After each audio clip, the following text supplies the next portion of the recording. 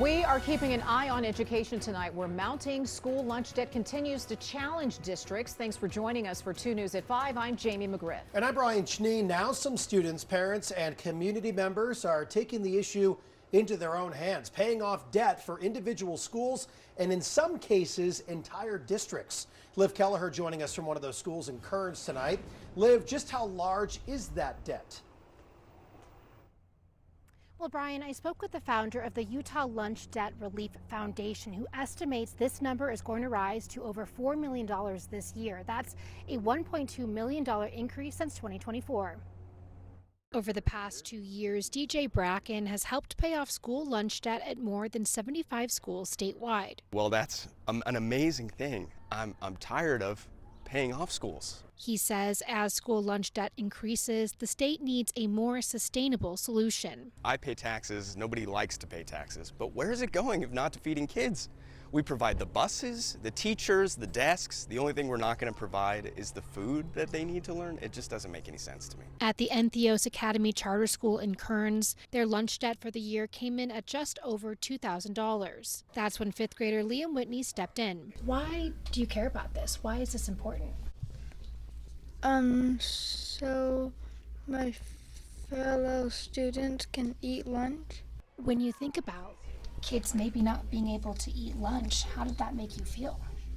A little sad. With the help of his mom and older sister, Liam went door to door asking for donations. In under 2 weeks, they raised enough to pay off the school's entire lunch debt. I'm very proud of him. He's come a long way, and this is definitely something that is going to be in the books for him. But Bracken says stories like Liam's also point to a bigger problem. If 11-year-olds are having to step up and pay off their school, what does that say about the situation we're in? He says while the generosity of strangers is inspiring, he wants state leaders to look more closely at what he calls a growing problem. The state budget is well over $1 billion. There have to be programs that aren't as essential as children's nutrition. In the meantime, Bracken is also petitioning the Department of Motor Vehicles to commission a specialty state license plate where proceeds will go towards eliminating school lunch debt. Earlier this week, another Good Samaritan helped to cover the $7,000 district-wide school lunch debt in Cache County. Social media influencer Julie Allen was able to secure $3,500 in donations, and then by working with the Utah Lunch Debt Relief Foundation, found a donor to match that and meet the full $7,000 goal. Families are required by law to send their students to school for an entire day and then asked to pay to feed them while they are there. There's just something a little bit off about our priorities when we're talking about our state budget. But until that change happens, and until the people who have the power to sort of legislate that change, mutual aid is what we have. I also reached out to several school districts to check in on their school lunch debt. In Iron County, they say that this mutual aid has gone a long way, and their entire year-long school lunch debt across the district was covered by donations. Down in Washington County, they say they still need more help.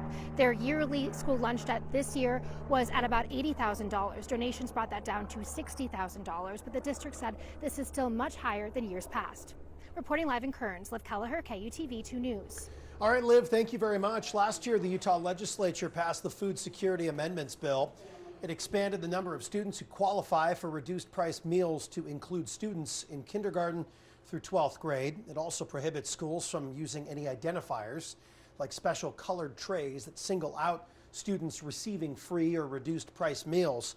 Any communication about unpaid student meal debt must be directed to the parents, not the student. And it encourages schools to implement share tables so unopened or sealed foods are not thrown away. According to recent reports, the National Public School meal debt is $194 million a year. 21.4 million students nationwide receive a free or reduced price lunch. The average lunch cost per child $556 annually.